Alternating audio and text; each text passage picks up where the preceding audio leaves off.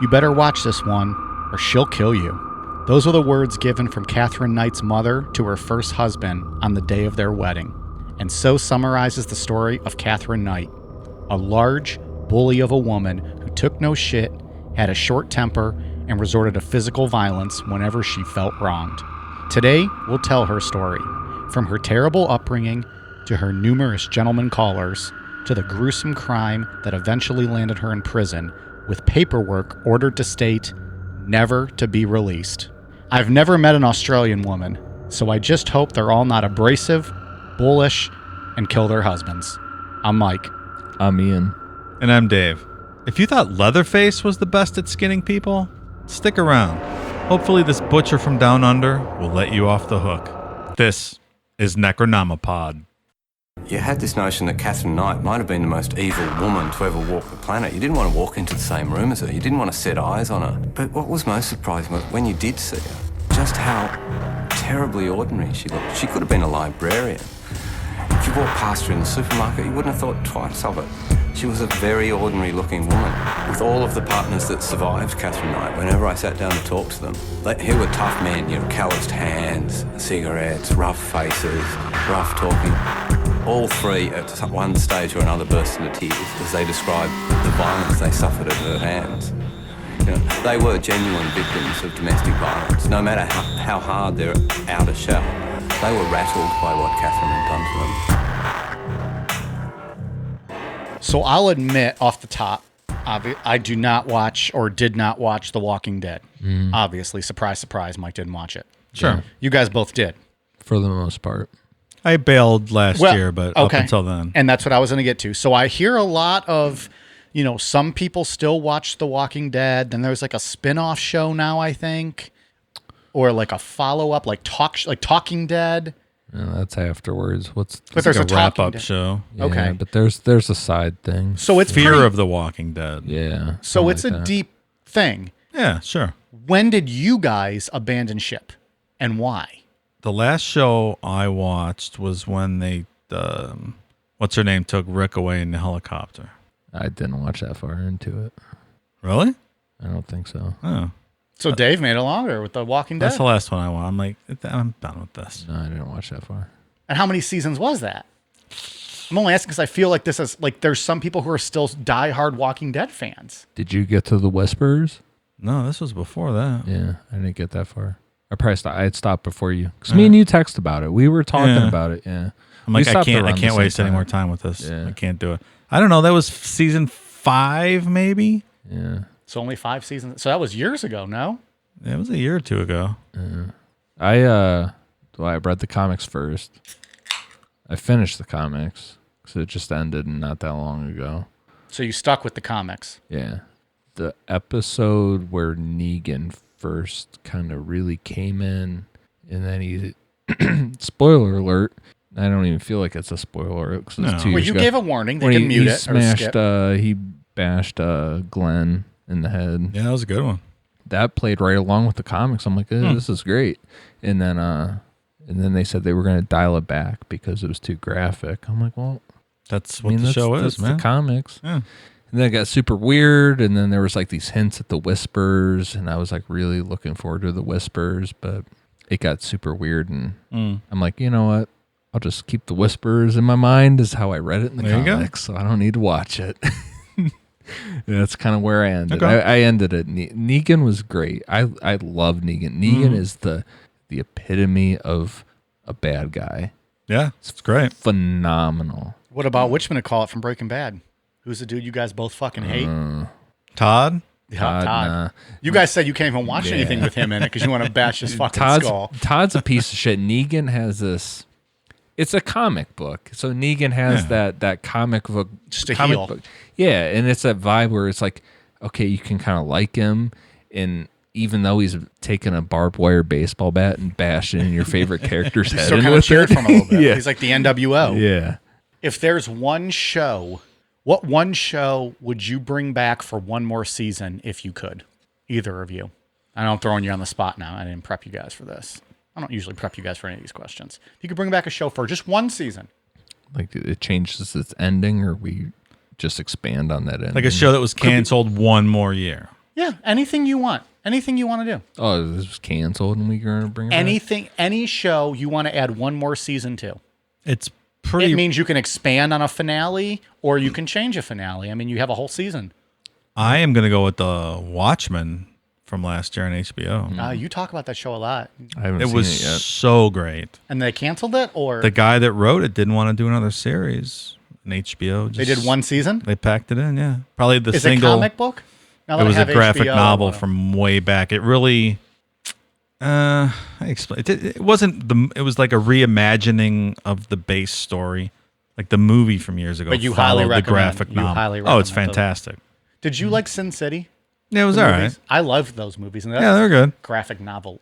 If you haven't seen The Watchmen, though, probably the greatest single season show I've ever seen, and Regina King, one of the greatest actresses ever. There it is. I loved so it. you would do another season of that. Absolutely. If you want to read graphic novels, you just go down The Watchmen, Alan Moore, V for Vendetta, Watchmen, Swamp Thing. Well, that's not what I asked Ian. I'm just telling you what this dude has wrote. It's good stuff. All right, so if I had to pick one, I would say Better Off Ted. Really? It's a great show. It was canceled like mid. I don't even know what that is. I've heard of it. I don't. It's kind of like The Office, but it's like this like pharmaceutical laboratory kind of thing. It's really funny, but yeah, it got canceled like two. It has the girl from Arrested Development in it. Okay. Ellen DeGeneres' wife.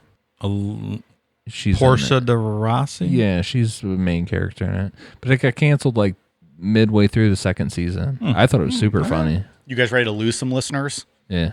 I think Arrested Development is the most overrated show of all time. You're wrong.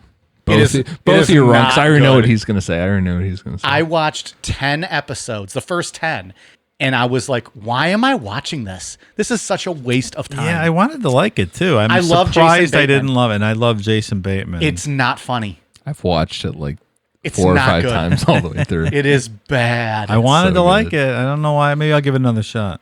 Yeah. I don't know. Maybe I I'll don't try know it about again. these new seasons with Netflix, but the first 3 are good. Maybe I'll try it again now that I know a little bit more what to expect, but I could not get into it. And I had people swear to me I would love it. Yeah. Yeah. We better get on with the show. Someone's going to post a review about our inane banter going for 9 minutes. What 11:30, Pally. So fuck Goddamn. that, listener. Hey, I didn't even mention fast food, and I wasn't even going to tell Ian that today for lunch I had a Wendy's double. Didn't get a triple because I didn't want to fall asleep at my desk. Had a double. Last time we I didn't mean to record- go on a rabbit hole. All right, we're going. So we got something crazy today. We're going down under for the first time. We almost did this as a bonus show at one point. I'm so did. glad we didn't. Yeah, I know. This needs to be out to the masses. This is our first Australian show. Behind the United States, Australia's number 2. They love us. We have a over there. strong legion of Yes, Australian we do. listeners. I want to. Thank you very I much want to for go them. there. First live show might be in Australia. I want to go. Absolutely. Well, after these viruses go away, we're allowed to leave the country. Yeah, shit's getting locked down. It's only a 20-hour flight over there, so that'll be fun. Easy. We'll record 4 shows on the way over. Yeah. I think the first live show might be in Australia, if it's not in Cleveland. I want to go. I want to do it all. I want kangaroos. I want Well, I don't want any kangaroos. Motherfuckers. will hit you. boomerangs. The old Nick Diaz kangaroo. Remember that thing? Boomerang. All right, All right, let's get into it. Get into it. Katherine Knight was born October 24th, 1955, and raised in a very unconventional and dysfunctional family environment. Her mother, Barbara Rohan, had been married to a man named Jack Rohan and lived in a small town of Aberdeen in New South Wales, Hunter Valley. Barbara and Jack had 4 sons before Barbara began an adulterous relationship with another man named Ken Knight, who was a friend and co-worker of her husband. Dirty. You done me wrong. She did him dirty. The Rohan and Knight families were like well known in the conservative rural town, and the affair caused a major scandal. And that's kind of a thing that we're going to get in through without this whole story, is that there's these certain families in Aberdeen that have been there for decades, and when they get involved with each other, they all have certain reputations, and when they get involved with each other, shit happens. Like the Hatfields and McCoys? That's exactly what I was going to say. That's literally what I was getting ready to say. Local backlash forced Barbara and Ken to leave Aberdeen and move to Moray. None of her 4 sons went with her, and the 2 older boys continued to live with their fathers, while the 2 younger sons were sent to live with their aunt in Sydney. Barbara had 4 additional children with Ken, including a pair of twin girls born in 1955 in Tenterfield. Katherine Knight was the younger of these twin daughters. So she came out second? Yes. I mean, they're twins. That would be logical. Just want to make sure we're clear. She just came out. So she's 5 seconds younger. In 1959, when Katherine was 4 years old, Jack Rowan died, and his 2 older boys who had been living with him moved in with Barbara and Ken. So 6 kids then. Sounds perfectly functional. Katherine's father, Ken, was an alcoholic who openly used violence and intimidation to rape his wife, Barbara, up to 10 times a day, and often in front of the kids. So we're off to a good start here for Katherine. 10 10 times a day. in front of the kids. Often.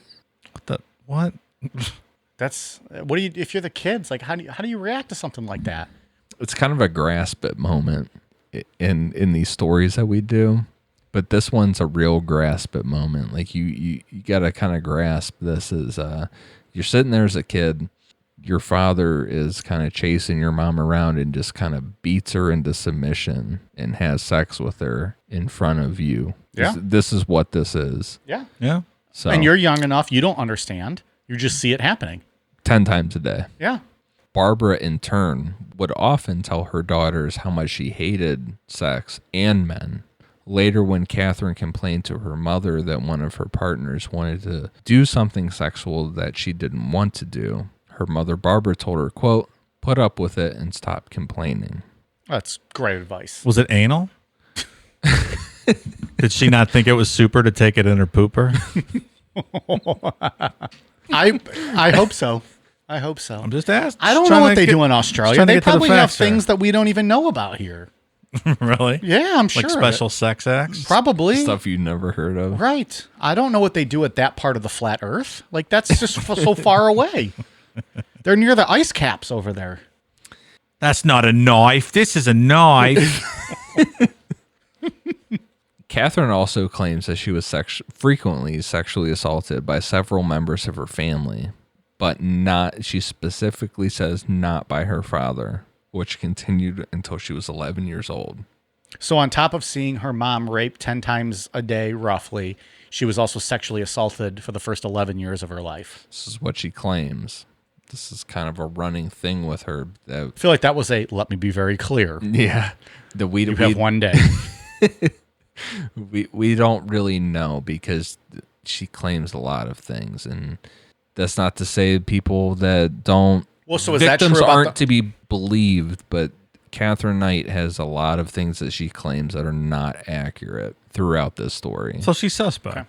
That's Sure. okay to say. Yeah. Fair. There's minor doubts about the details of what she says, but psychiatrists that examined her, for the most part, they accept her claims of what she says as far as sexual assault, as far as when she was a child, and family members have confirmed that the events did happen. Based on her behavior as we get through this, it's evident that something happened to her. Barbara's great-grandmother was an Indigenous Australian from the Moray area who married an Irishman. Barbara was proud of this fact and identifies as an Aboriginal. This was kept a family secret as there was considerable racism at the time. There was a source of tension with the children. So this whole Aboriginal marrying an Irishman thing was kind of off limits. Well, I mean, we know how that goes in this country, so I can imagine. Apart from her twin sister, the only person who Katherine was close to was her uncle Oscar Knight, who was a champion horseman. She was devastated when he committed suicide in 1969 and continues to maintain that his ghost visits her. God damn, she can't catch a break here. Did her twin sister kind of endure the same treatment? Absolutely not. Well, I don't know about the same treatment, but the same outcome, absolutely not. As far That's as that's interesting. as far 'cause as it's behavior. Yeah, because you can, make the nature versus nurture question if she went through the same kind of upbringing and Right.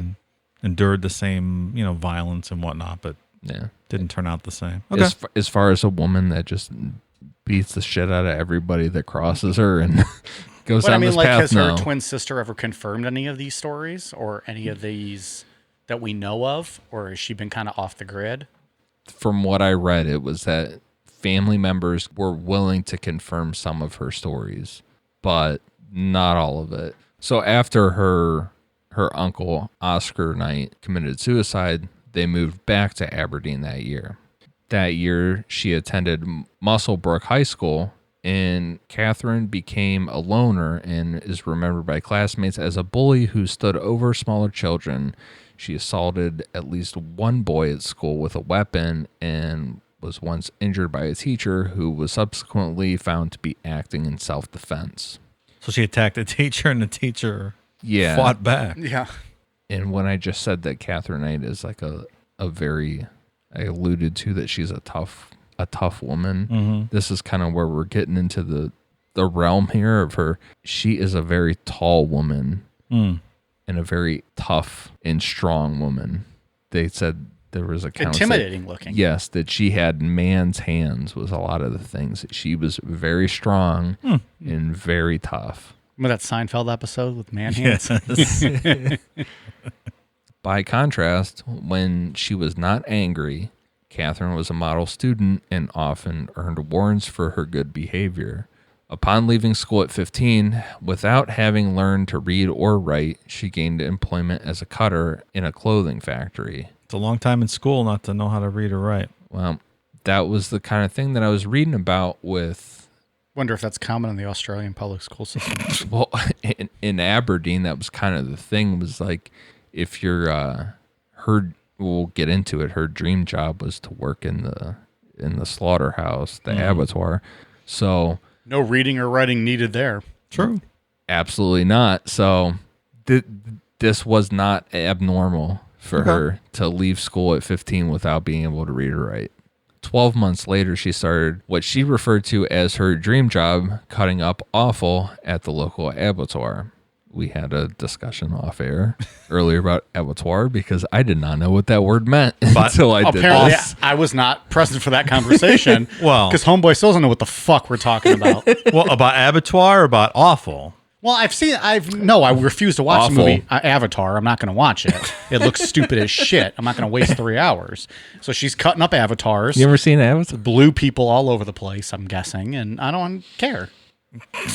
Okay. Just going to disregard that whole Avatar thing. Well, awful is scrap meat for anyone that doesn't know.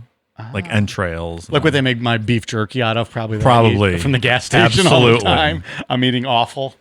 The interesting about awful that I learned, because I will fully admit that I just Wikipedia'd that and tried to figure out what that word meant.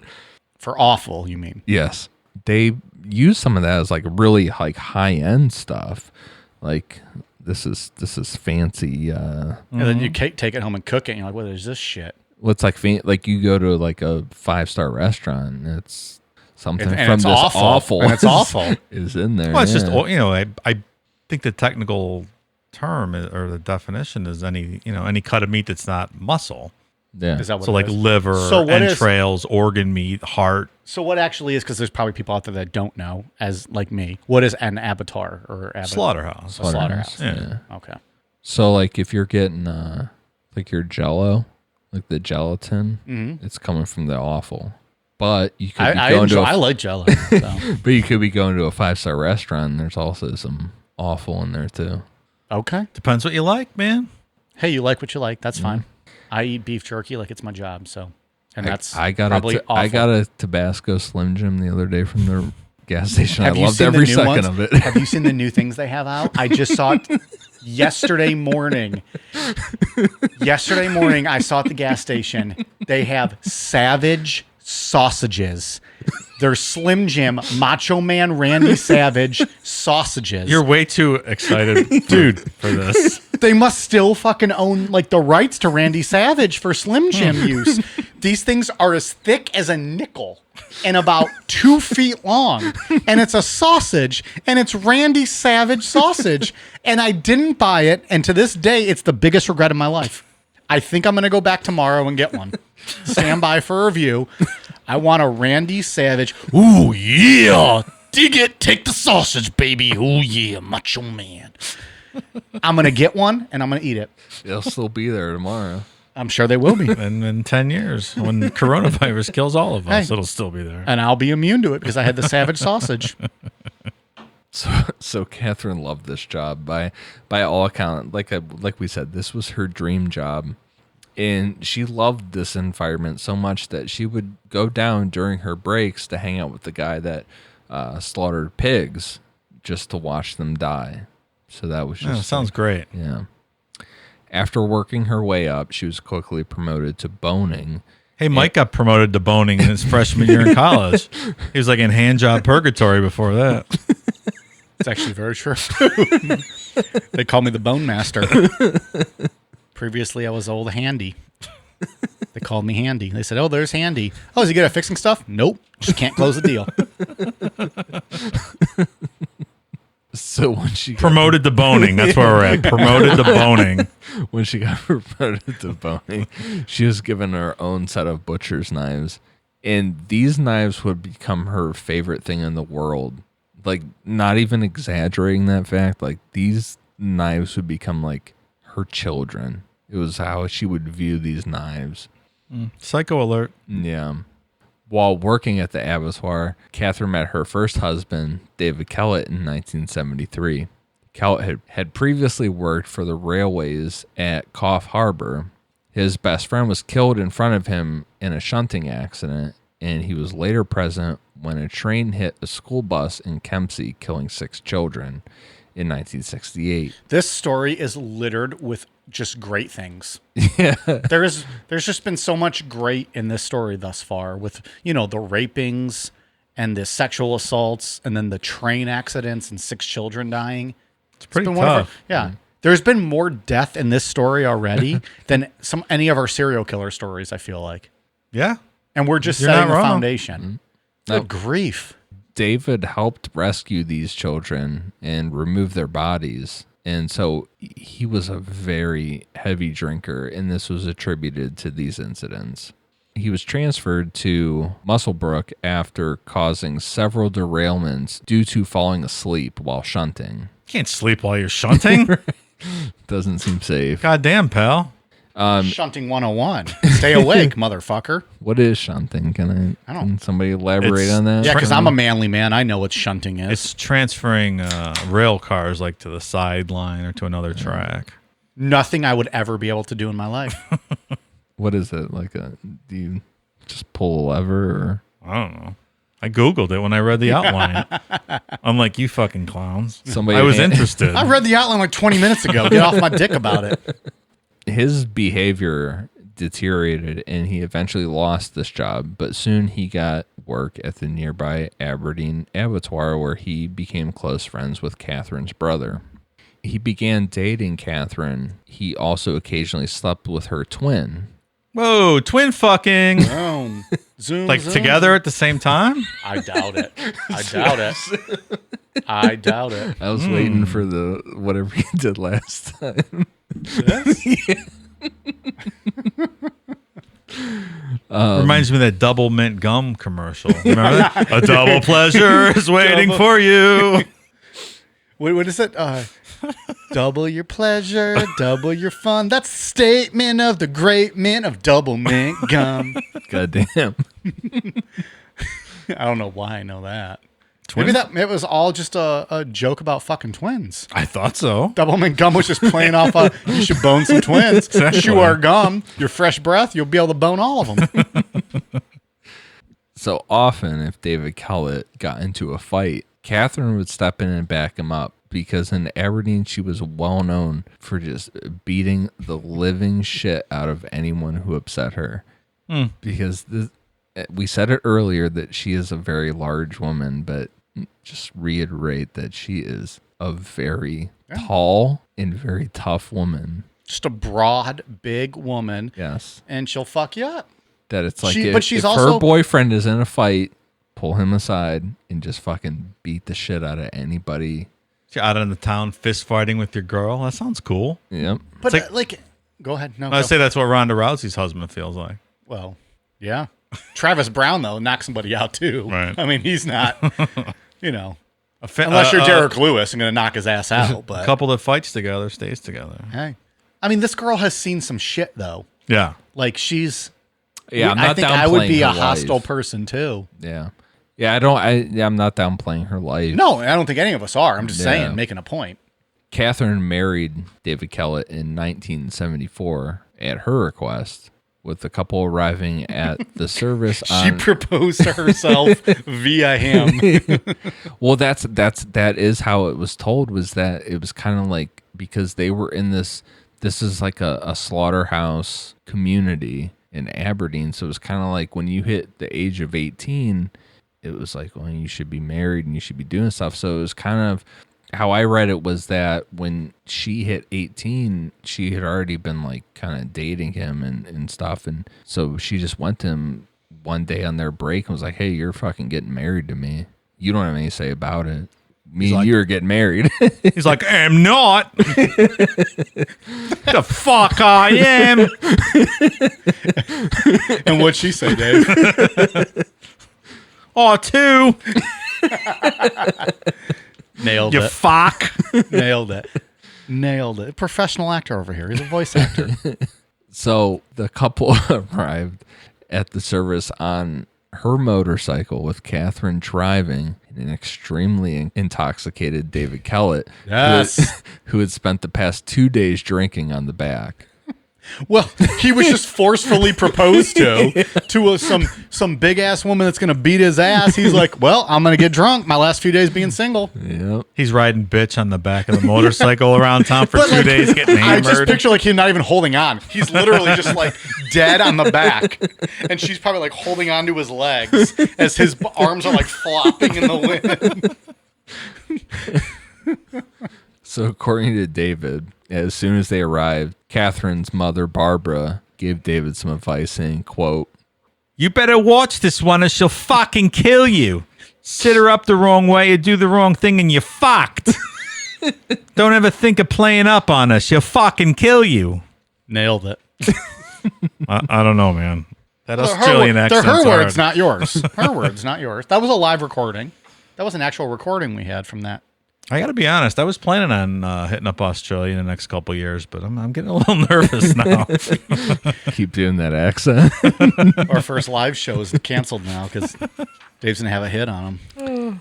So later that night, after everything was done, Katherine knew that her parents had had sex 5 times on their wedding night because Barbara was very open with this stuff. So that's what Katherine wanted.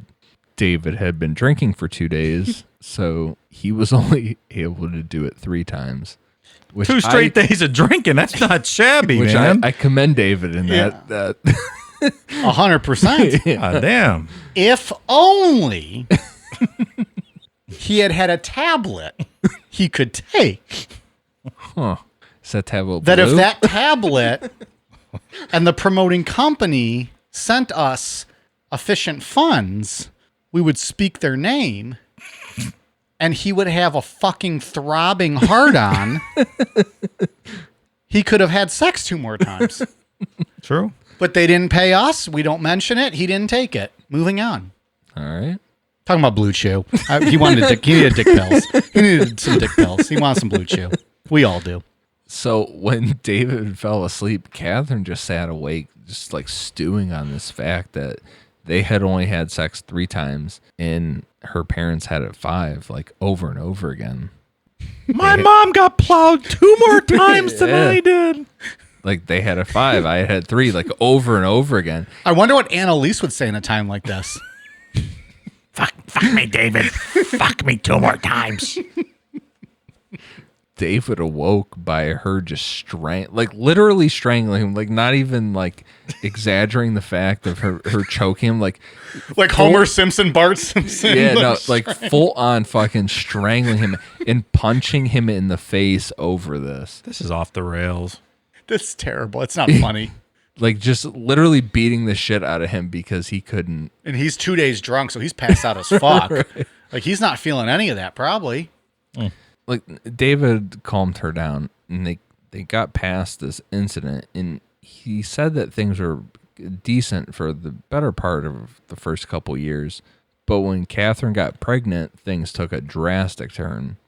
David had been out drinking at a darts tournament, and Katherine, and that's the thing with her that's kind of weird with this, is that she's completely sober in all this like out of control anger. She's 100% sober through all this. She didn't care that he drank, but if he came home late, that was just the end of it. At the end of him. Yeah. So that night, David came home late from this dart tournament, and in a blind rage, she just straight up set all of his clothes on fire and then hit him in the back of the head with a frying pan, fracturing his skull. My God. Damn. His cranium cracked. Jesus. In fear for his life, David fled before collapsing in front of a neighbor's house, and he was taken to the hospital. Police wanted to charge Katherine, but she manipulated David into dropping the charges. And this is something that we're going to see with Katherine throughout this whole story, is that she's very, very good at manipulating herself into not getting in trouble when it comes to these domestic violence charges. In May 1976, shortly after the birth of their first child, Melissa Ann, David left Katherine for another woman and moved to Queensland. And this was just due to being unable to cope with Katherine's abuse. Yeah. Because she was beating this. Like, we kind of like yada over some of this, but she beat the fuck out of this guy constantly. Like, this is what happened to this guy, and what happens to a lot of these guys is it's like the flip on what you would normally think of domestic violence. Like, you normally think it's a guy doing it to a woman, but this is a woman beating the shit out of guys. Yeah. The next day, Katherine was seen pushing her new baby in a stroller down the main street, just violently throwing the stroller from side to side. Well, So, in all fairness, there could have been a snake in the stroller. It's Australia. I mean, give her the benefit of the doubt here. Fair. she was she was admitted to St. Elmo's Hospital in Tamsworth, where she was diagnosed with postnatal depression and spent several weeks recovering. Immediately after being released, Katherine placed Melissa on a railway line, knowing full well that shortly a train was due. So just dumped the baby off, and she knew damn well that the train was coming. She then stole an axe and then went into town, threatening to kill several people, just walking up and down the main street, swinging this axe around. Just the way I read it was she was just screaming at everybody like she was going to fucking kill everybody. And people were just like closing their blinds and locking their doors because they knew damn well who she was, what family she belonged to, and that it was like the Knights are nothing to be fucked with. So we're just closing everything up. Goddamn. Obviously, she would have stuck out like dog's balls, but they knew who she was, so they weren't going to fuck with her. Is there an Australian reference? That's Australian slang I'm trying to throw in there. Oh, okay. Stuck out like dog's balls. Is that a thing they say? Yeah, I did my research, man. How the fuck do they say that? Dog's balls? I mean, okay. Inconspicuous. You notice dog's balls. That makes sense. Or conspicuous. Conspicuous, yeah. You notice dog's balls, I guess. They're just drooping out. See, makes sense. Yeah. So, baby on the tracks, Kathy swinging the axe. This is quite a scene, Sounds guys. like my last album. So an old man named, known simply as Old Ted, was foraging for nuts and berries near this railway line, and he found and rescued Melissa Ann. And by all accounts, it was like minutes before this train had passed. Katherine was arrested and again taken to St. Elmo's Hospital, but recovered and signed herself out the following day. So It's a miracle. yeah. After Katherine got out of the hospital this time, she directed her anger towards the people in the town. David had left her, but if his truck was still broken down, he wouldn't have been able to leave Aberdeen. And in her mind, the only reason he got out was because his truck was fixed. So she directed her anger at the town's mechanic nicknamed Hoppy because he had one leg. That's clever. God damn. That's a stretch, first of all. Second, I'm a big fan of this Hoppy guy. Yeah. Fixing up everyone's cars, getting them running. Meanwhile, he's hopping around on one leg. He's got one leg. Love Hoppy. Katherine had been staying at her parents' house after leaving the hospital, but one morning she left early with her daughter to go to her own house and get some things. She got a paycheck, a pair of scissors, a large knife with a curve on the end of it, and some bandages. Then she went down the street to the house of a teenager she worked with at the abattoir named Margaret Macbeth. It's like one of those curved pirate knives you put in your teeth and slide down the rope on the ship. Yeah, from what I saw, it's a pretty brutal knife. That's what Dave thinks of. He thinks of pirates sliding down the sail with a knife in their teeth. Or you hold the knife with both hands and you put it in the sail and slide down. Yeah, that's what I would more think of. Yeah, you cut your way down. It's like that's like from like a Donald Duck or Mickey Mouse cartoon from back in the day. Very swashbuckling, if I must say. Margaret's mother answered the door, and Katherine told her that Melissa Ann was sick and needed a ride to the doctor. She said that she would drive up and pick her up, but she had to get ready. Mrs. Macbeth got all of her kids in the car and drove up to Katherine's to pick her up. So when Katherine saw that it wasn't just Mrs. Macbeth, that she had all these kids in the car, she got pretty irritated and said, quote, "There's too fucking many of you. I'll have to get rid of some of you." That was not a good Australian accent. I thought that was pretty. You did fine. We'll stick with it, though. You want to do a take two? No. She then reached into the baby stroller where Melissa Ann was sleeping and pulled out this huge curved blade, this straight up slaughtering knife. And Katherine first went after Margaret, who was able to get away from her and like kind of get out of the way up to the porch, and she only got a cut on her cheek. Katherine then pulled out the scissors and bandages and told the family that she was going to cut them all up and then bandage them back together. Jesus Christ. That's extremely scary because that's like, it's just a weird mental state at that point. You pull out this big ass fucking blade, then you pull out the scissors and you're like, I'm going to cut you up and then bandage you back. Like, it's completely, it's not even logical thinking at that point. That's off the deep end stuff. So while this family is held hostage on the front porch, Katherine is looking around for something. And as it turned out, she had a gun that was hidden on her porch. And the night before, her father went over and took it because it was kind of like, hey, my daughter's a fucking nutcase, so I'm just going to go and grab that gun and take that away from her. And she probably would have killed people that day if that gun wasn't taken away from her. It's a lot of close calls in this story. Yeah. I think we're going to have a lot more we're about to talk about here coming up. But even though the gun was gone, the big butcher knife that she had was enough to hold this family hostage, and she demanded that they take her to Queensland to find her husband David. Mrs. Macbeth was quick to come up with this idea for an escape and told Katherine that they needed to stop at a gas station before they could make it to Queensland. I believe they're petrol stations. Yes. Look at this guy. Knows it all. He's an original over here. Can't wait till we go do a live show in Australia. And Dave just gets us all around town. He knows everything. He loves kangaroos like they're buddies and Absolutely. all that stuff. So Katherine was fine with this idea because she just figured, hey, I could cash that paycheck that I brought with me and we're good. Let's go to Queensland after this. Always looking at the money. So at the petrol station, Dave, is that what you buy your Fosters?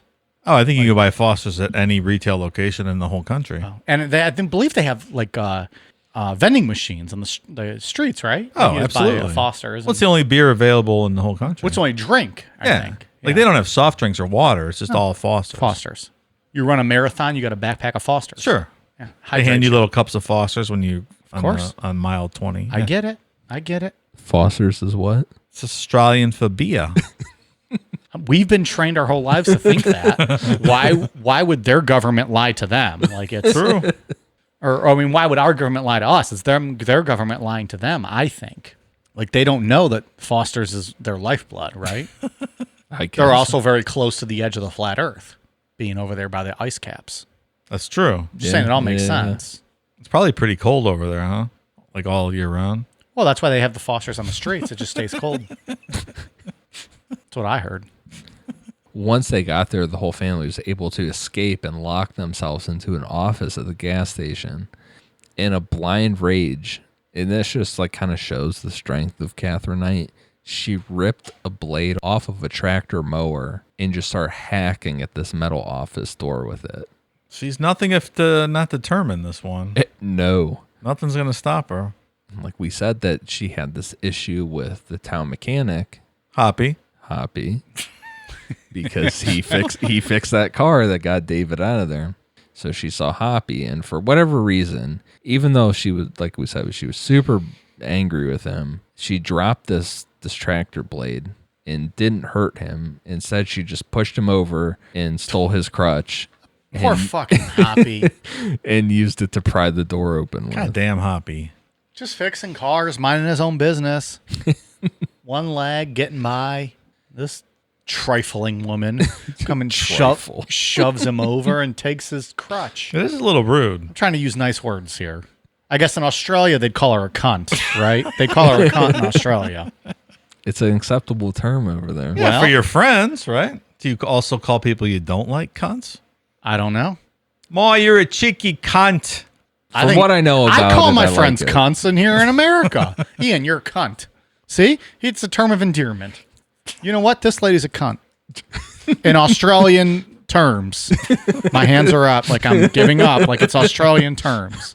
It was said with this crutch that she just like was beating the shit out of everything around her, just like swinging it around, beating the shit out of stuff. And It's a very cunty thing to do, right? I would I'll say stop. so. I'll stop. I'll stop now. So she used it to pry open this door, and she eventually got into the room and grabbed one of the Macbeth kids and held a knife to this boy's throat. The police arrived shortly after. Through negotiating, they were able to convince Katherine to let this boy go.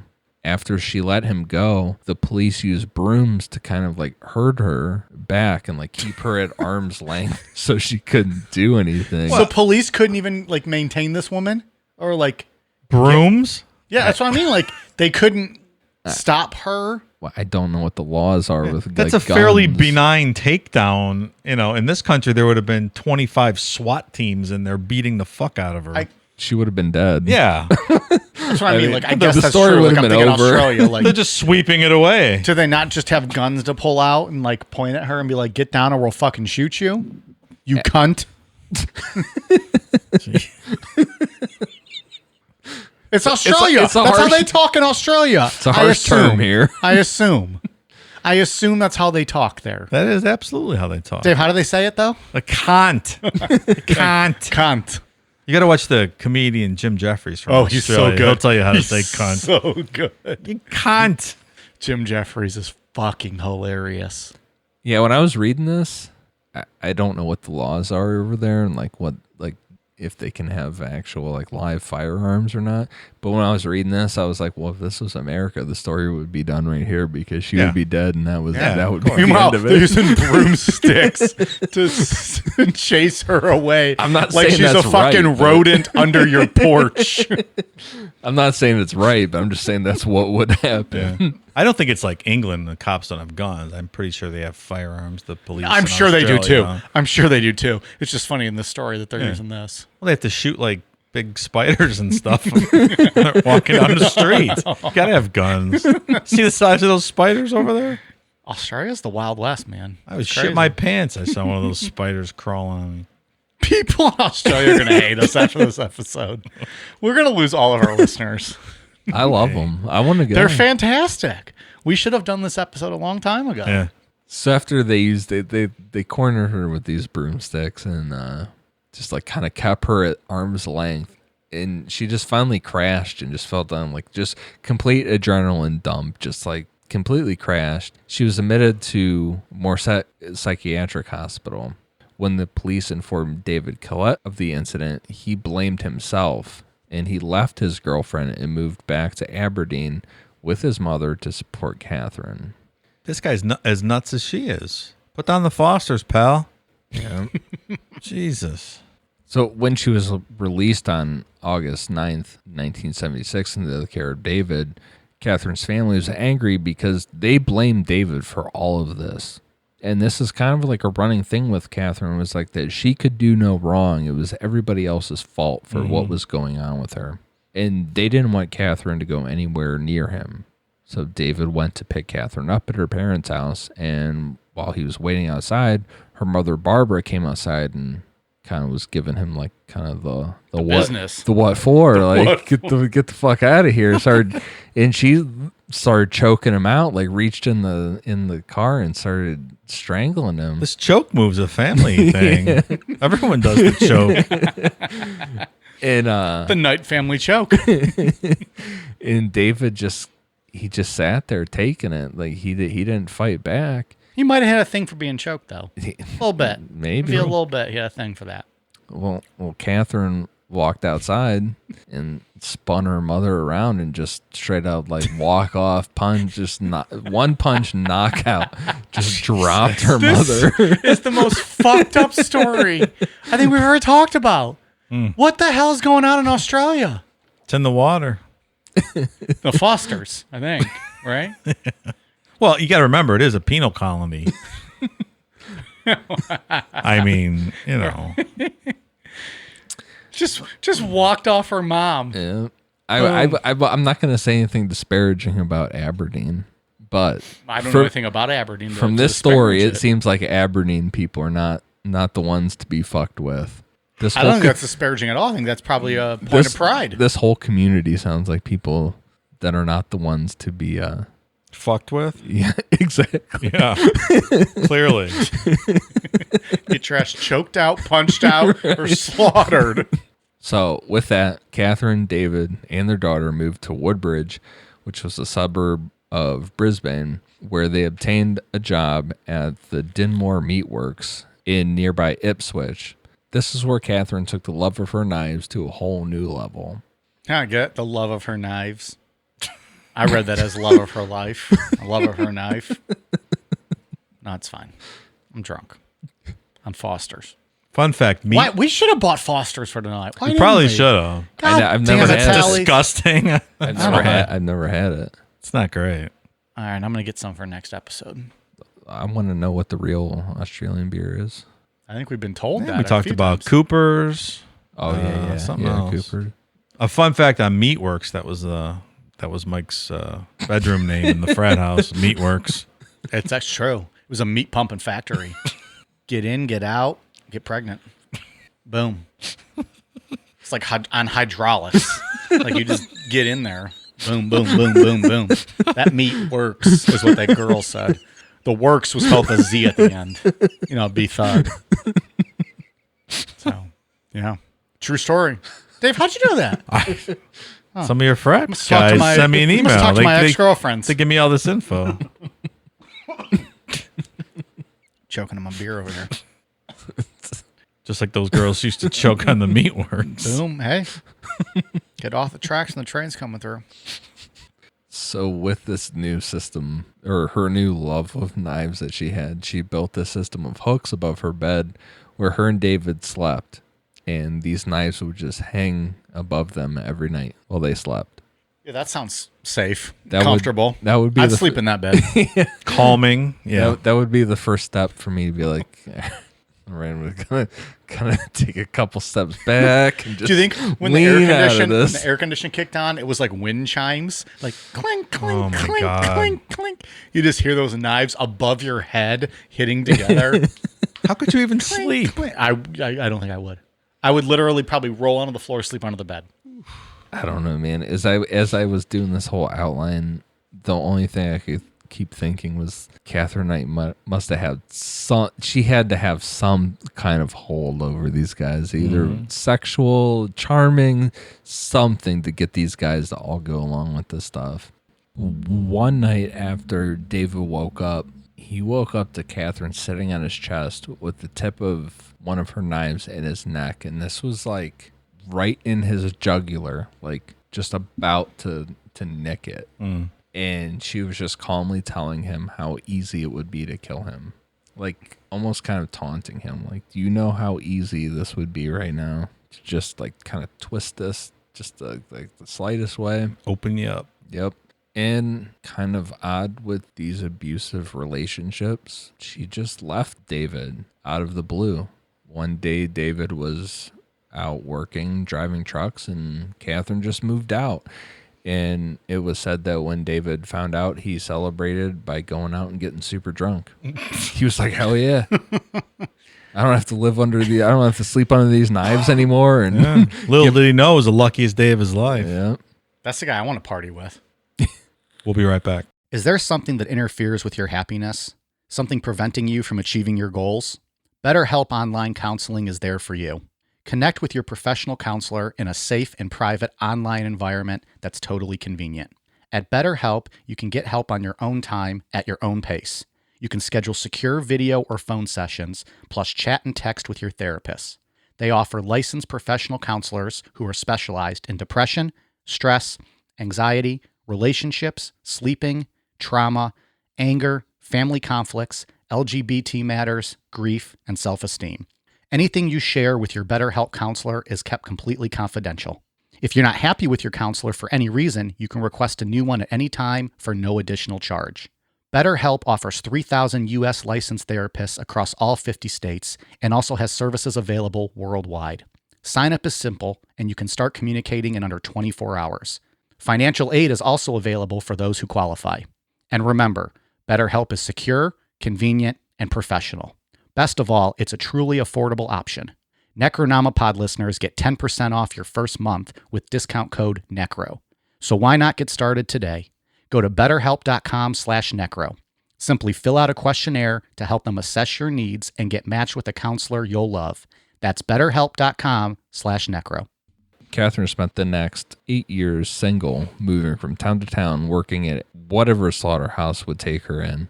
Eventually, after all this moving around, she ended up back at her original employer in Aberdeen. It's hard to believe. 8 years. She's quite a looker. She's just bouncing around. In Aberdeen, Katherine met 38-year-old miner David Saunders in 1986. A few months later, he moved in with her and her daughters, although he kept his old apartment in Scone. Katherine soon became jealous regarding what he did when she was not around and would often throw him out. He moved back to his apartment where she would follow him and beg him to come back. In May 1987, she cut the throat of his 2-month-old dingo puppy in front of him for no more reason other than just to show an example of what would happen if he ever had an affair. Jesus Christ. And this was described, how I read it, as just what you would consider, I guess, a marital argument along those lines. And then it escalated to her just straight up grab this dog and just slit its throat. I wonder how many listeners just tuned out now just on hearing that about a dog. It's not great. That's terrible. And after she did this, she went back to her frying pan thing that she did with David Kellett, and she smacked Saunders over the back of the head with the frying pan and knocked him unconscious. Holy shit. She loves that frying pan. Yeah. In June of 1988, she gave birth to a third daughter, Sarah. Wait, dead puppy, frying pan, but I'm still going to keep fucking her. That's what I mean about, like, if we were talking about this from a woman's point of view, it feels like it's really, maybe it's because we're three guys sitting here and we're like, what the fuck? But I don't know. It is a real thing, like domestic abuse on like the flip side of it. Oh, absolutely. So I don't know. Maybe she has a magic vagina. She has to be doing something. I mean, there's there's just being manipulative. It's not the rest of her because she has a head like a bashed crab. Is that some Australian slang? Oh yeah, absolutely. What you call an unattractive lady? A A head of a bashed Or crab. unattractive, whatever. Head like a bashed crab. I like it down there. Those are good terms. Yeah, it's so good far. stuff. So Dave did his homework for this episode. He just looked up terms and then just read the outline and was like, where can I fit these in? Bashed crab. June of 1988, she gave birth to a third daughter, Sarah, which prompted Saunders to put a deposit down on a house. Katherine paid off the deposit with her workers' compensation, which came through in 1988. Now, this workman's comp is interesting because she always loved working at the abattoir and doing the whole slaughtering animals thing. But for some reason, around this time, she just said, I don't want to work anymore, and said, fuck it. So she applied for government assistance, and she specifically just started like lifting heavy shit with just her back, like over and over again. So when it came down to like the testing time or whatever, that she would qualify for it. God damn. I don't understand why she did it. There's no kind of real reasoning for it, but that's what happened in this time frame. She decorated their house with animal skins, skulls, horns, rusty animal traps, leather jackets, old boots, machetes, rakes, and pitchforks. I don't know. I have old boots hanging from my ceiling. Do you? Yeah, it's like Western chic. It's pretty cool. I like it. Can't wait to sleep under that bear trap just hanging up. It's wild. Sounds like a peaceful night. Oh, yeah. Is there any pictures of that decorating scheme? I'd like to see that. After an argument where she hit Saunders in the face with an iron before stabbing him in the stomach with a pair of scissors, he moved back to Scone, but when he later returned home, he found that she had cut up all of his clothes. Saunders took off in the middle of the night and went into hiding. Katherine went to find him, but no one admitted to knowing his whereabouts. And so within this process of hunting down Saunders, she met another man named John Chillingsworth. This girl sure gets around. Do Australians use the term floozy? I don't know. Good question. Let us know, Australia. There's guys willing to test their luck, I guess. Okay. Katherine met John Chillingworth at a bar called the Willow Inn. John Chillingworth was also a slaughterhouse employee and a heavy drinker. She's got a type, huh? So all three of us would meet her types. Heavy drinkers. That's I guess that's it. That's it. Never killed an animal in my life. I'm not doing manual labor, true. so that's out. Obviously, yes. Absolutely not. But we all Are you kidding me? we all would pop that blue chew and be ready to go. Come at us, Katherine Knight. I walked down Slay this, motherfucker. I walked down a trail last summer. That's the last outdoors I ever done in my life. See, outside sucks. There's no reason to ever be outside ever. Outside is terrible. So we kind of like alluded to this whole thing of like these families in Aberdeen, like to kind of being like this local thing. The Chillingworth family were just as much of a local presence in Aberdeen as the Knight family. They had been in Aberdeen for 60 years, and they full well knew Katherine's reputation, so they were not thrilled to find out that John was dating her. And from what I was reading, John was kind of like, he was kind of like the good kid in that family. You know, kind of like, oh yeah, we're all drinking super heavy and fighting each other and shit, but this one's the good one kind of thing. John had left Aberdeen for about 15 years and he came back. So to him, he didn't really understand exactly who Katherine Knight was. What it was to him was like, hey, I met this tall redheaded woman that is just ready to fucking fight people and I'm all about it kind of thing, you know? Yeah. And he probably would have figured it out for himself eventually, but he got her pregnant within a couple weeks of dating her. Between her and her mother, how many fucking kids do these people have? Whew. Too many. Holy shit. Too many. The difference with John Chillingworth compared to other men that Katherine had been with was John was bigger than Katherine. And that's something that she ran with for everybody that she had ever been with other than him. She was always significantly bigger than all these guys. So she could bully them and kind of impose her will on these guys. So instead of physically abusing him, she almost immediately started like the psychological abuse. telling him that she didn't know if the baby was his or not. Like, it could be, but it might not be. I don't really know. To get her at Maury. You are not the father. So Catherine and her kids claim that John was physically abusive towards her. And this is kind of a thing that we haven't really touched on, but she did with every person she was ever with. And John Chillingworth, as shitty as it is, he fully admits that he punched Catherine in the face after she punched him and broke his glasses. There's no evidence to support that John Chillingworth ever beat her up, or there's no evidence to support that anybody ever beat her up. He just might have defended himself the one time. Right. I that mean, she got aggressive with him. Yeah, and I'm not saying it's great. It's not good at all, but she used but based on what we've heard about her so far, right. You almost understand his situation.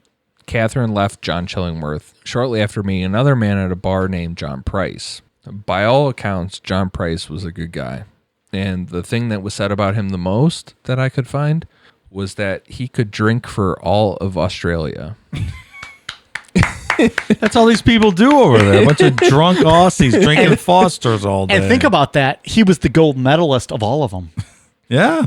Can we just, get his spirit in studio here? Beer Olympics. I hope that someday that there's a story written about me where they're like, yeah, that Ian Kehoe, he could drink for all of America. Goddamn right it could.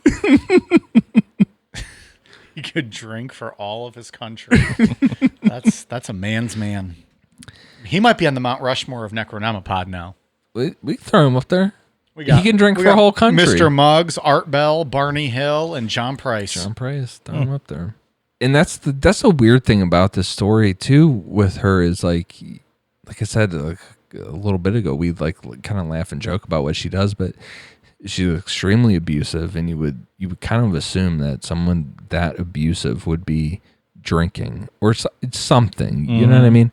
But she's been completely stone sober this whole fucking time, which is kind of even scarier. That you almost feel like she's like a drunked up rage, but she's not. So she had been completely sober up until this point. But like we said, John Price could drink for all of Australia. So she started partying up with him, and she started heavily drinking and drinking rum and coke specifically. And it kind of seemed like adding drinking into whatever mix was going on with her was the kind of like the last thing that pushed this abusiveness towards murder. Who could have thought, right? According to people that knew John Price, he was more into this relationship as kind of a good time and a distraction. He had been divorced from his first wife, and he was still very much in love with her and didn't want the divorce. So this was kind of like a distraction. John had kids of his own, and they had an immediate bad feeling about Katherine Knight from the moment they met her. Well, that seems to be universal at this point. Well, specifically, in this case, her reputation precedes her. Yeah. She, so to speak. In the Price kids story, Katherine Knight fully claimed that she was abducted by aliens. So what the fuck? So that was the first thing that threw them off. They were like, wait a second, what? I would love to hear what that story entails. Maybe when we're over in Australia, we can go visit her. Hey, live show. We could talk about that. Maybe we can get her on parole. We'll talk to Day the judge. pass. Yeah. Get her on the show. You could have her come live with you in Izayasagawa. Yeah. Come on over. We'll have her do a cooking show at our live event. H.H. Holmes will come over Steel too. cage match. Who survives? I think she does. I think she'd kill him and eat him. Yeah. She would kill him and then also serve him to him. She would make him eat himself. He's like 4 feet tall. Yeah. She would destroy him. I'm all for it.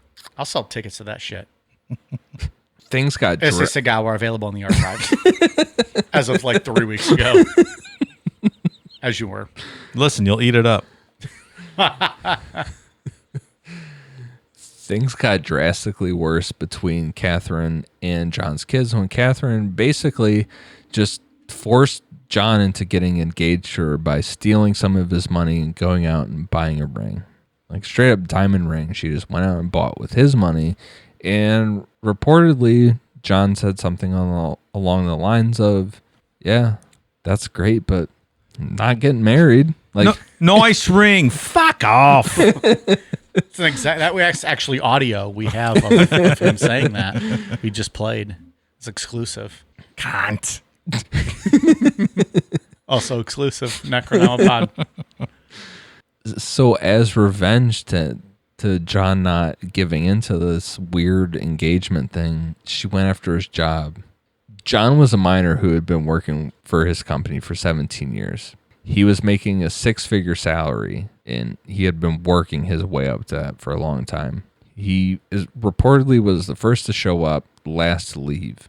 And the only thing he ever did wrong at his job was he would go and grab something that would be thrown away and take it and go home with it if it was something that he could use. Not the worst thing in the world. No. Katherine knew about this, and one night she filmed John Price taking 2 expired first aid kits that were being thrown away and turned this into his employer. Instead of just writing him up or saying, don't do that again, they fired him and he lost his pension. Yeah, that's pretty Bullshit, awful. Man. Yeah. That's enough to kill someone, no? Maybe so. Oh, That's a talking about ruining someone's whole lifelong life. work. Yeah, fuck yeah. And this is the thing that's scary with abusive people like this. And we're gonna say it a few times coming up, is that people said, you need to leave this person and don't go back. Because when somebody like this destroys what's around you and tries to destroy you, like that level of abusiveness is going to end in murder eventually. Yeah, it's not going to end well. No. And John was told by everyone around him that if he continued to see Katherine, something was terrible was going to happen. But he went back anyways. And by accounts that I read, he lost a lot of friends because of this, because people said, you need to get away from this fucking woman. Stop going back to her. And things seemed to really come to a head when John Price set up a bouncy house in town for the neighborhood kids. And this was what I was saying about earlier. Like, John Price seems like a good fucking guy. He seems like a guy that we would hang out with and just drink a shit ton of beers with. That he made friends with this guy who ran a business setting up bouncy houses for kids. He traded this guy a case of beer to set one up for the kids in the neighborhood. Like that seems like something we would do, or something like, hey man, here's a case of beer. Go set that fucking thing up. Let's have fun. And instead of letting everybody have a good time, Katherine got super drunk and accused Price's daughters of molesting her kids. Oh, sure. Just as a side note, I love those videos of bouncy houses blown away in the strong winds where they go flying over people's houses and there's kids in them and stuff. I've not seen one with kids in them. Well, no? I've actually never seen one with a bouncy house blowing away. It sounds fucking awesome, though. Yeah, where the anchors come out, strong winds, and they go. I mean, yeah, it sounds awesome. I've just not seen that. I'm kidding. Not with the kids in it, but. Well, of course. It's funny when they go blowing down the street over the houses. And you can't tell if there's kids in it or not. So this whole thing of her accusing his daughters of molesting her kids, because that's another thing. I feel like we kind of glossed over a lot of this, unfortunately, with her story. But it's like this like repetitive cycle of, this guy beat me, this guy abused my kids. It's always this reason for being able to like beat the fuck out of somebody, kind of thing. And she kept doing this, and this was like the straw that broke the camel's back with Price's kids. So at this party with this bouncy house, his daughter grabbed a plate, like this decorative plate that she knew that this was Katherine's, and she asked if anyone knew whose it was. And if Katherine said it was hers, Price's daughter handed it to her and said, quote, "Fuck off or I'll break it over your fucking head." Nailed it. And then she just straight up physically kicked Katherine off of the porch that they were standing on. Like 300 kick? That's how I picture it in my head. How old is this daughter? 12. She's got, Yeah, right. in my mind, I picture it. She's like maybe in her 20s. I don't know. Like an adult, though. Yeah. Just finally someone standing. I love bitch. every second of this part of the story. Yeah. This is Sparta. Just fucking kick that bitch off the porch with her plate in her hand. Take that plate, I'll break it over your fucking head and just boot your ass off there. Motherfucker. This is kind of, it seems like you kind of go through her story, you research it online, whatever, and you don't really, you don't see this little detail, but I feel like it stands out because she didn't get angry, she didn't fight back, and she just kind of stewed on this. And I feel like this is like almost Price's kids became part of the problem at this point, and it kind of set things in motion for what we're about to get into. A few days later, they had another heated argument, and Katherine stabbed Price in the chest, and that was it for him. I mean, apparently you can do anything in Australia and not go to jail. Do they have any laws or anything over here? Australia is jail. They're in jail. She stabbed like 25 people already. Yes. Well, it's in jail. Where are you going to go? Where are you going to go? I mean, he's right. Like, who does this bitch have to kill to do something about this? You mean like since you live in a penal colony, you can just commit crimes at will and well, that's nothing what I was happens? saying, Dave. That's what I was saying. They throw you in a hole or something? Like you're already there. Like you're in jail. What are they going to do? Throw you in the water? I feel like outside of Thank you for getting my joke 10 minutes after I said it. I was formulating my response and you started moving on. I'm sorry for the delay. Fucko. God damn. I feel like outside of aliens, if there wasn't system failures, we wouldn't have a show to do. That's probably a fair point. Yeah. So she stabbed him in the chest, and there were people that he worked with. I mean, he had gotten fired from the mining thing, but he got another job. And there were people that he worked with that kind of were taking bets on like what type of injuries John Price would show up with the next day. And he would keep explaining it away as like it was an accident, it was this, it was that. But this one was bad. This was not, you could not explain this away. This was an actual stab wound to his chest. And he said that was enough. He tried kicking her out. And she said that she would leave if he gave her $10,000.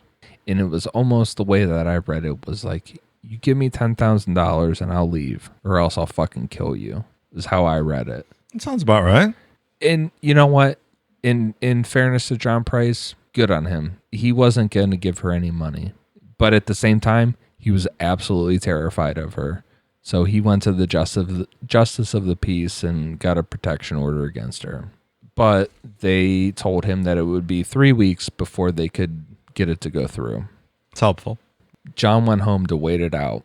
And all of his friends and family told him that you cannot go home. Do not go home. I repeat, do not go home. That woman is dangerous. Do not go home. But John was afraid that because of that whole bouncy house incident and all that stuff, that if he went into hiding, Katherine would do something to his kids. So he went home and waited it out. And he told his friends that if he didn't show up to work the next day, Katherine had killed him.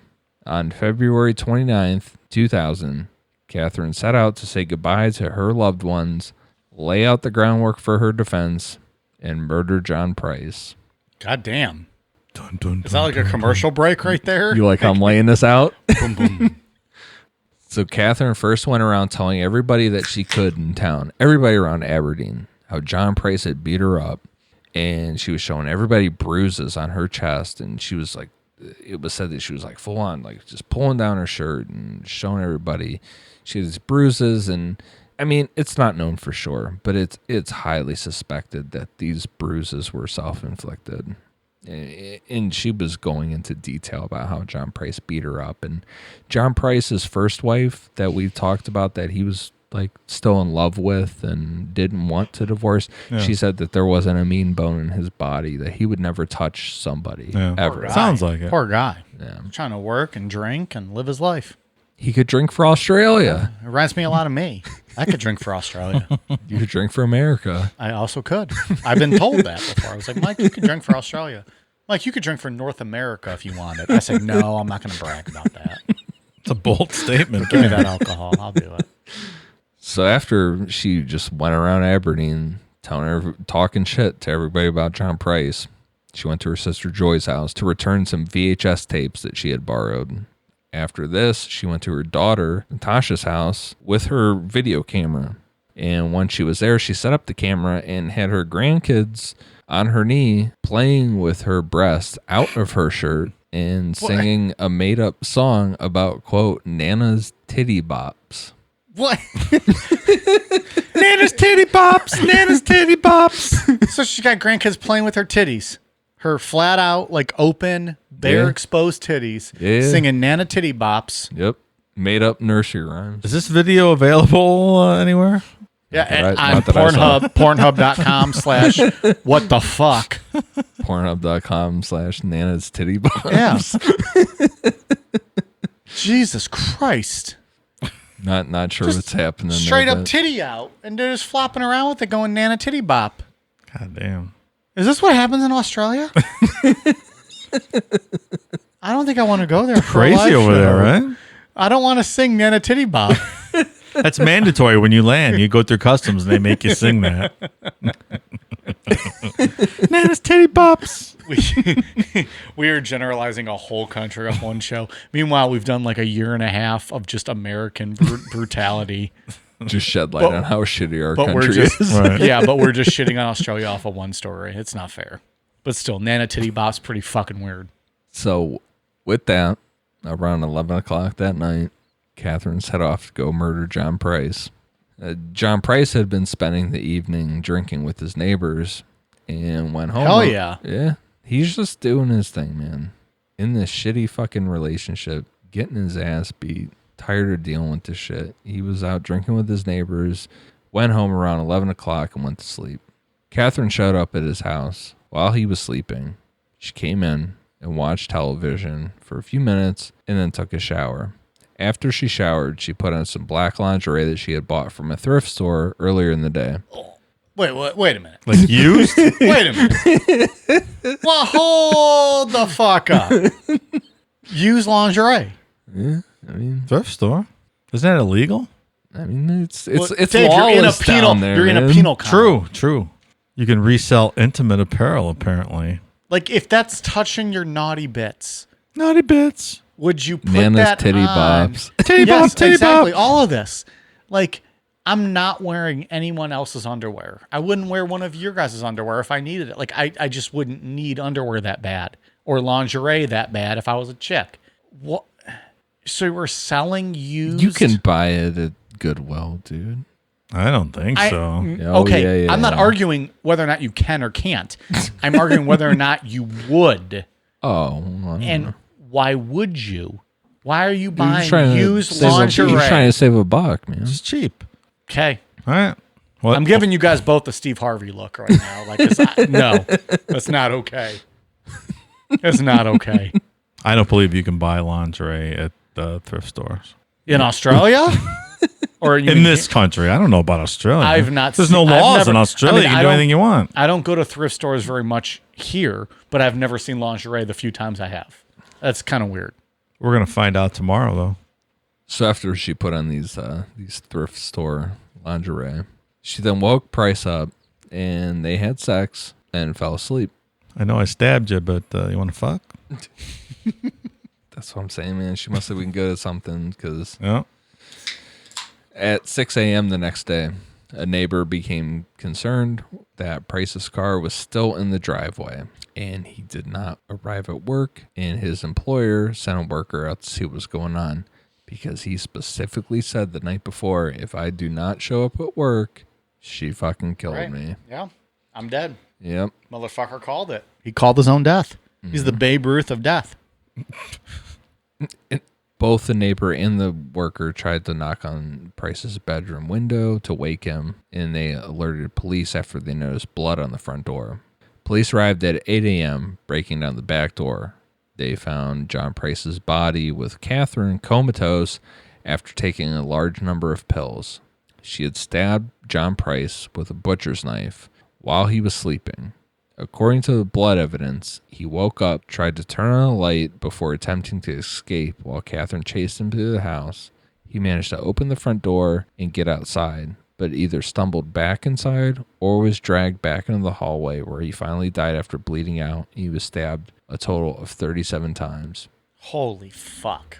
And to just kind of elaborate on, I don't know if it's whether or not he was in shock or if he was just that much accustomed to her abusiveness. He had no defensive wounds at all. He didn't try to defend himself one single That's time. interesting. So take that for what you will. So he was drunkenly passed out. Or he just didn't think that she would fully do it to him. I take it. Well, maybe at the start. The way I take it as But then by that then he had already you're comatose or whatever. You know, You're incapacitated. Yeah. And then she just fucking finishes the job. the way I take it as is leading up to this, he had been stabbed twice. I don't know if he fully thought that she would actually kill him, is the way I look at it. But why would you still not defend yourself from stab wounds? Because he thought it wasn't for real. He'd been stabbed twice. He's been groomed to think that it wasn't going to kill him. Minor wounds, though. But Minor wounds. even if you told me I'm not going to kill you, I'm going to stab you, I'm going to stop that. Like, no one's going to allow themselves to be stabbed. Well, somebody did. I don't think he allowed it. He didn't defend himself. I think he couldn't. I think he probably was super drunk when she started it. And then by the time she finished those last probably 30 stabs, he was in no position to be able to defend himself. Yeah. I mean, yeah, you could, for sure. I mean, you could argue it either way. It's a way up for He was drinking with neighbors ahead of time. I don't know. Oddly, Catherine went to Aberdeen, withdrew $1,000 from Price's account at an ATM, and no one knows what happened to that money. That's all of her family members. Everybody says, I don't know what happened to that $1,000. Yeah. So somebody got that fucking $1,000. Well, did we ever say, you already said how she was found, correct? Mm-hmm. So do we think she just bought like some fucking pills with that money and just took those and passed out? Yeah. So, That seems the most logical, right? Well, she kind of throughout the story, she had like a multiple, like half-hearted suicide attempts. Throughout this story, Katherine Knight did the whole, this really abusive thing of, if you're going to leave me, I'm going to kill myself. And then you take me back, and you know what I mean? Right. Like, okay. Like over and over again. And that's kind of what this sounds like. Okay. I guess I'm just trying to think of where that money went. Maybe Maybe she her took kids. some pills. Maybe her kids, and they said, I don't know what happened to it. Yeah, and maybe so. Yeah. Several hours after Price had died, Catherine skinned him so precisely that she took his skin off in one piece with his face still intact. She then hung the skin from a meat hook and left it on top of the door in the lounge room. She then decapitated John Price and cooked parts of his body, serving up the meat with baked potato, pumpkin, beetroot, zucchini, cabbage, yellow squash, and gravy in 2 settings at the dinner table, along with notes beside each plate, each having the name of one of John Price's children on it. She was preparing to serve the body parts of the children too. That's next level there. So let's unwrap this for a second. She was so good at being like just a skilled butcher from all these years, and then just pulled him completely off, and his face was still intact. Ugh. Still intact on the skin or on his body? In the skin. So when she took the skin off, His the face was still intact there. with the skin she was holding in her hands. Right. So if you were hung up, your face would still be there. The whole body is there. The whole front of the body is there in skin. Everything. Just peeled you off and put you up on a hook. And about to serve you to your kids. That was the trying. That was the plan. There was a third meal that was thrown out in the back lawn for unknown reason, and it's speculated that Catherine had attempted to eat it but couldn't go through with it. Probably because it tastes fucking gross. For it tastes like pork, is from what I've heard. Probably. I believe we discussed From what that I've before. heard. We've discussed that before, have we not? From the culinary magazine articles I read, it tastes like a Didn't pork. we discuss that, Dave? And you and I both said we would try it? Yeah, absolutely. I would absolutely. And Ian said no. No, And I was told it tastes kind of like pork. I would taste a very small bite. And I probably wouldn't like it, but I would just want to try it just to say I did. I would never do it. I respect that, but I don't know. It's meat. Meat is meat. Well, Dave wouldn't do it anymore. He's a vegetarian. Nope, So no more meat. you got any of that tofu human? I'll try that. It's just stuffed with rice and grain and everything else or whatever. Green. Nothing what tofu is made out of. You guys eat your fucking sofritas from Taco Bell, whatever that shit is. It's Chipotle #1. What did I say? Taco I would Bell. love myself Bell. some for Your fajitas, right? sofritas. Sofritas right now. John Price's head was found in a pot with vegetables. Sometime later in the sequence of events, Katherine arranged Price's body in his favorite chair with his left arm draped upon an empty liter of a soft drink bottle with his legs crossed. So she was saving his head to eat later. I don't know, man. It's kind of this whole thing is just like it goes from like almost like OJ level of like domestic violence to like fucking Ed Gein, Right. in a matter of like minutes. That's true. Yeah. Well, she was probably saving the head to have it for brekkie with a little Vegemite on it. See? Well, brekkie was Vegemite. No one knows what the fuck that means. Have you guys had Vegemite? No. I want to try it. I don't even know what that is. I want to try it. It's a weird thing. It's like a spread. brewer's yeast it's a weird But it's a thing. spread, right? You put on, do you eat just on bread or you toast it? I don't know. I'll eat it. I mean, I don't know. Where can we get that? Can you get that? Australia? But you can't get it here? I don't think so. I think you can. Okay. Well, let me know. I'll get some Vegemite. If I can do it, I'll try it. I'll try it on air. Bonus episode, of course. You got to pay for that shit. Eat Vegemite while you take Blue Chew. Okay, but I can't be responsible for my actions after that. I try to fuck a sandwich. I don't know. Whatever. Holes is holes. And we're at that point of the night. Charlie Runkle, Californication. Holes is holes, Hank. All right, we're gonna try Vegemite live on air. Bonus episode. Vegemite? Veg-a-will? You heard it. How can you not sign up for Patreon now? Patreon.com/Necronomipod. That will be a bonus episode. We're going to eat Vegemite. We're going to eat Vegemite on a bonus show. Wash it down with some Fosters. All right, let's wrap this bitch up. All right. Katherine left a handwritten note on top of a photograph of John Price. It was blood-stained and covered in small pieces of flesh, and it read, quote, "Time got you back, Jonathan, for raping my daughter. You, Beck," referring to John Price's daughter, "for Ross. For little John," referring to John's son. "Now play with John's dick, John Price." All right. Means nothing. It's nonsense. Basically how this went down, Katherine did what she did and then took a handful of pills and did this like kind of half-hearted suicide attempt is what happened here. So when she was taken in, she declined her initial plea offer for manslaughter, and she was arraigned on March 22nd, 2001 on the charge of murdering John Price, to which she entered a plea of not guilty. Her trial was initially set for July 23rd, 2001, but was adjourned due to counsel's illness, and it was refixed for October 15th, 2001. When trial commenced, Justice Barry O'Keefe offered the 60 jury prospects the option of being excused due to the nature of the photographic evidence, which 5 accepted. When the witness list was read out to the prospects, several more also dropped out. So people were not thrilled with I want to look at that. seeing John Price. I agree. Katherine's attorneys then spoke to the judge, who adjourned on the following day.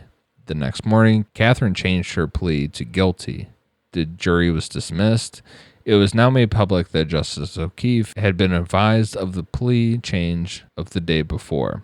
He had adjourned the trial and then ordered a psychiatric assessment overnight to determine if Katherine Knight understood the consequences of the guilty plea and was fit to stand such a plea.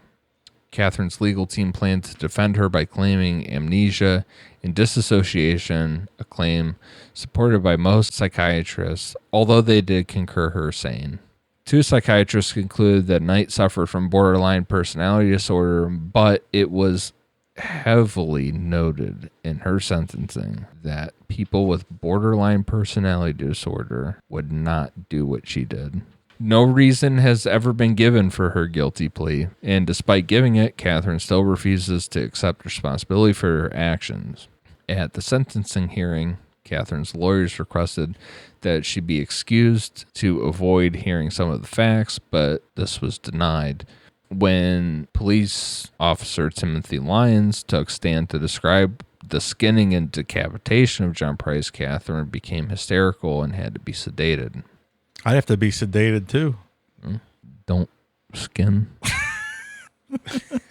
It's good advice, Ian. Thank you. The fine gentleman that could drink for all of Australia. National fucking hero, that guy. Bullshit. No joke. On the 8th of November, Justice O'Keefe pointed out that the nature of the crime and Katherine's lack of remorse required a severe penalty. He sentenced her to life of imprisonment, refused to fixed non-parole period, and ordered that her papers be marked as, quote, never to be released. And it is the first time that it has ever been imposed on a woman in Australian history. She will to the receive damn. life in prison. Never to be released. Never happened before. There are like more than 100 in California alone in the United States. So what's Mark going on never to be over there? released. Yeah. So who's Life the real imprisonment? penal colony, Dave? I think it's California. Probably, but they're going to fall off into the ocean eventually. We right? love putting people in prison in this country. Earthquakes is going to take them We away. do, my friend. That might be a topic for our side political show. Absolutely. Yeah, when we do those political shows, of course. There are more people in prison than China in this country. It's outrageous. Yeah, that was a crazy statistic for reading about them. You couple that with fucking private prisons and, incentivizing judges paid off by private prisons to sentence people to prison. It's just outrageous. Who's the real penal colony? I ask again. So, by all accounts, Katherine Knight loves it in prison. She's never had a single outburst, nothing violent. She's never been reprimanded for anything, not a single incident. She makes headphones, like those cheap headphones that you get on the air flight when you're flying. Sure. That's what she does all day long. She plans parties. She's the party planning committee. Exactly. She's Angela from The Office. And she loves every second of it. She's never had been questioned. And according to one guard, she's rolled in there because, quote, they simply do not fuck with her. We'll see you next week. if you skin a man, I just wanted to end with that. No one fucks with you. She's also a huge motherfucker. you think any of those girls in No. prison are going to fuck with her? No. I sure as fuck hope not. That's a mic drop. This lady's something else, man. What a Holy crazy shit. story. Like she beat up all of her husbands. I mean, she had a terrible upbringing. Beat up her husband. But by her account, so you don't know. Yeah. That's true. You're right. And then fucking just had it out for this guy. Maybe because of his daughters. Really, that's what sent her over the edge. Yeah. That's quite a story. So this is it. This is what, when we go to Australia, this is what we might see. Yeah, they got a couple more that people have requested that are Meanwhile, interesting. Australians are like, motherfuckers. You had O.J. Simpson. You have Casey Anthony. You have H.H. Holmes. Yeah. You have fucking every other serial killer you've talked about. And the ones you're still going to talk about. They have one that they keep requesting that I don't love. Who? Ivan Milat. No, not that one. The other one. Apparently, they have a couple we keep requesting. Yeah, That's a that good one. That one, but there's the other one. The Snownet. Is it Snowtown? Yeah, the Snowtown murders. Oh, we have had that one too. All right. We got some Patreon shout outs. Thank you very much to Leanne Rafferty, Zach Taylor Day, Gabrielle Servo, Natasha Lloyd, Amy Lynn, Emily Schmemily, Rory Allen, Victoria Taylor, Megan Goldman, Anastasia, Christina Rowe, Larry Gavin, Russian, and Nina Vieira. Thank you very much. We appreciate your support. We are at patreon.com/necronomipod.